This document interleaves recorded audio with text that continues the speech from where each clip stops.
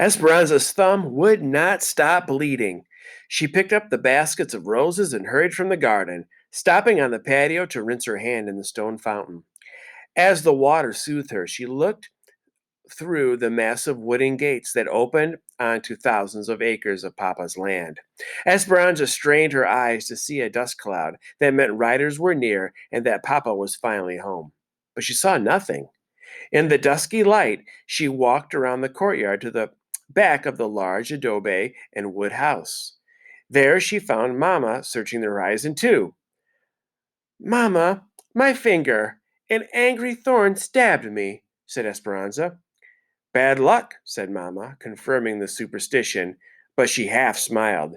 They both knew that bad luck could mean nothing more than dropping a pan of water or breaking an egg.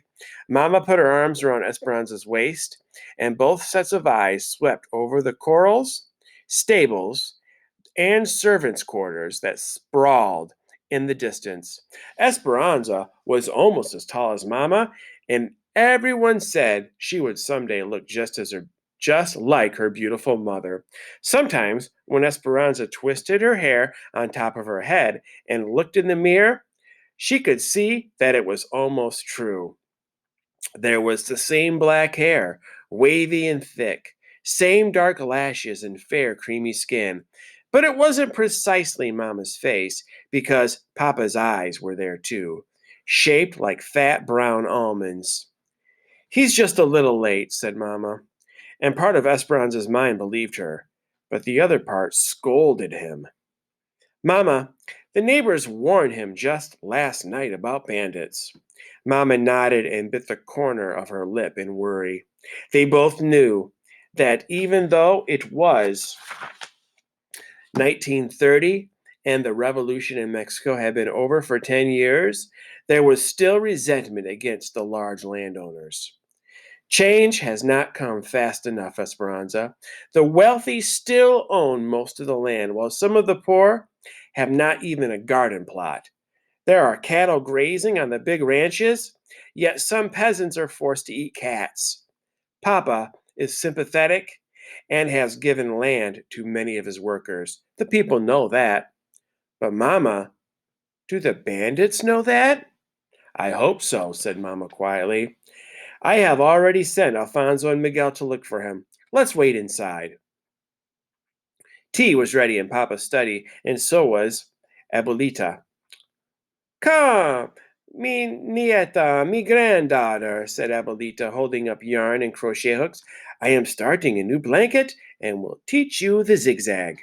Esperanza's grandmother, whom everyone called Abuelita, lived with them and was a smaller, older, more wrinkled version of Mama. She looked very distinguished, wearing a respectable black dress, the same gold loops she wore in her ears every day, and her white hair pulled back into a bun at the nape of her neck. But Esperanza loved her more for her capricious ways than for her propriety. Abuelita might host a group of ladies for a formal tea in the afternoon, then after they had gone, be found wandering barefoot in the grapes, with a book in her hand, quoting poetry to the birds. Although some things were always the same with Abuelita, a lace-edged handkerchief peeking out from beneath the sleeve of her dress, others were surprising. A flower in her hair, a beautiful stone in her pocket, or a philosophical saying salted into her conversation. When Abuelita walked into a room, everyone scrambled to make her comfortable. Even Papa would give up his chair for her. Esperanza complained, must we always crochet to take our minds off worry? She sat next to her grandmother anyway, smelling her ever-present aroma of garlic, face powder, and peppermint. What happened to your finger? Asked Abuelita. A big thorn, said Esperanza. Abuelita nodded and said thoughtfully, No hay rosa sin espinas. There is no rose without thorns. Esperanza smiled, knowing that Abuelita wasn't talking about flowers at all, but that There was no life without difficulties. She watched the silver crochet needle dance back and forth in her grandmother's hand. When a strand of hair fell into her lap, Abuelita picked it up and held it against the yarn and stitched it into the blanket.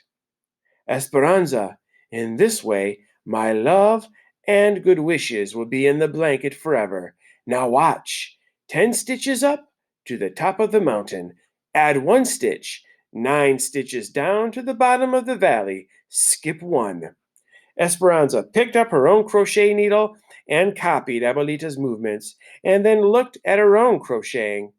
The tops of her mountains were lopsided, and the bottoms of her valleys were all bunched up. Abuelita smiled, reached over, and pulled the yarn, unraveling all of Esperanza's rows. Do not be afraid to start over, she said. Esperanza sighed and began again with 10 stitches. Softly humming, Hortensia, the housekeeper, came in with a plate of small sandwiches. She offered one to Mamma. No, thank you, said Mamma. Hortensia set the tray down and brought a shawl and wrapped it protectively around Mamma's shoulders. Esperanza couldn't remember a time when Hortensia had not taken care of them. She was a Zapotec Indian from Otaxa with a short, solid figure and blue-black hair in a braid down her back. Esperanza watched the two women look out into the dark and couldn't help but think that Hortensia was almost the opposite of Mamma. Don't worry so much, said Hortensia. Alfonso and Miguel will find him. Alfonso, Hortensia's husband, was El Jefe, the boss of all the field workers, and Papa's compañero, his close friend and companion. He had the same dark skin and small stature as Hortensia, and Esperanza thought his round eyes, long eyelids, and droopy mustache made him look like a forlorn puppy. He was anything but sad, though. He loved the land as Papa did, and it had been the two of them working side by side who had resurrected the neglected rose garden that had been in the family for generations. Alfonso's brother worked in the United States, so Alfonso always talked about going there someday, but he stayed in Mexico because of his attachment to Papa and El Rancho de las Rosas. Miguel was Alfonso and Hortensia's son, and he and Esperanza had played together since they were babies. At 16, he was already taller than both of his parents. He had their dark skin and Alfonso's big, sleepy eyes, and thick eyebrows that Esperanza always thought would grow into one. It was true that he knew the farthest reaches of the ranch better than anyone. Since Miguel was a young boy, Papa had taken him to parts of the property that even Esperanza and Mamma had never seen. When she was younger, Esperanza used to complain, Why does he always get to go and not me? Papa would say, Because he knows how to fix things, and he is learning his job. Miguel would look at her, and before riding off with Papa, he would give her a taunting smile. But what Papa said was true, too. Miguel had patience and quiet strength and could figure out how to fix anything plows and tractors, especially anything with a motor. Several years ago, when Esperanza was still a young girl, Mama and Papa had been discussing boys from good families whom Esperanza should meet someday. She couldn't imagine being matched with someone she had never met, so she announced, I'm going to marry Miguel. Mama had laughed at her and said, You will feel differently when you get older. No, I won't, Esperanza had said stubbornly. But now that she was a young woman, she understood that Miguel was the housekeeper's son, and she was the ranch owner's daughter, and between them ran a deep river. Esperanza stood on one side, and Miguel stood on the other, and the river could never be crossed. In a moment of self importance, Esperanza had told all of this to Miguel. Since then, he had spoken only a few words to her. When their paths crossed, he nodded and said politely, My reina, my queen, but nothing more. There was no teasing or laughing or talking about every little thing. Esperanza pretended not to care. though she secretly wished she had never told Miguel about the river. Distracted, Mama paced at the window, each step making a hollow tapping sound on the tile floor. Hortensia lit the lamps. The minutes passed into hours.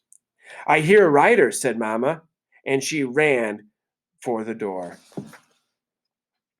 Is it going to be Papa?